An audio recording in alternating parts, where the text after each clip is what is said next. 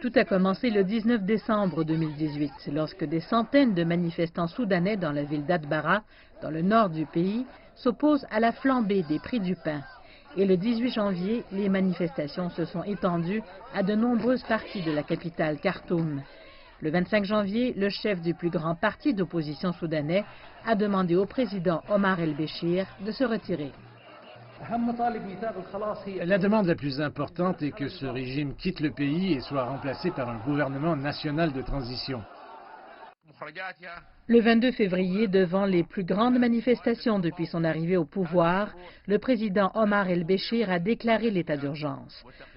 Le 11 avril, avec le pays en proie à d'importantes manifestations, le ministre de la Défense annonce que le président el-Béchir a été démis de ses fonctions et placé en détention.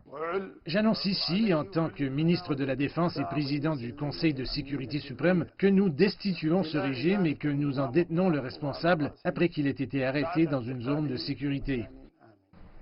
Ibn Auf devient le président du nouveau Conseil militaire de transition, mais se retire plus tard après que les manifestants ont rejeté sa candidature. Il est remplacé par le lieutenant-général Abdel Fattah Abdelrahman al-Burhan. Le 3 juin, les forces de sécurité ont organisé un sit-in devant le ministère de la Défense à Khartoum. Les médecins disent que plus de 100 personnes ont été tuées. Le 5 juin, le chef militaire propose de reprendre le dialogue. Le 16 juin, l'ex-président Omar el-Béchir est inculpé d'infractions liées à la corruption. Le 3 juillet, des dirigeants militaires et la principale alliance de l'opposition se sont rencontrés dans un hôtel de Khartoum pour reprendre les pourparlers sur l'identité de celui qui devrait conduire le pays aux élections. L'envoyé de l'Union africaine au Soudan, Mohamed El-Han Lebat, annonce la libération d'un prisonnier.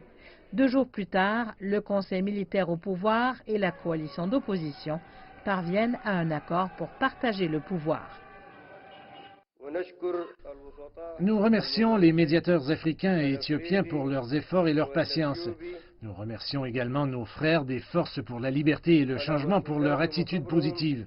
Nous souhaitons rassurer toutes les forces politiques, les mouvements armés et tous ceux qui ont participé au changement, des jeunes hommes et femmes. Cet accord sera global et n'exclura personne.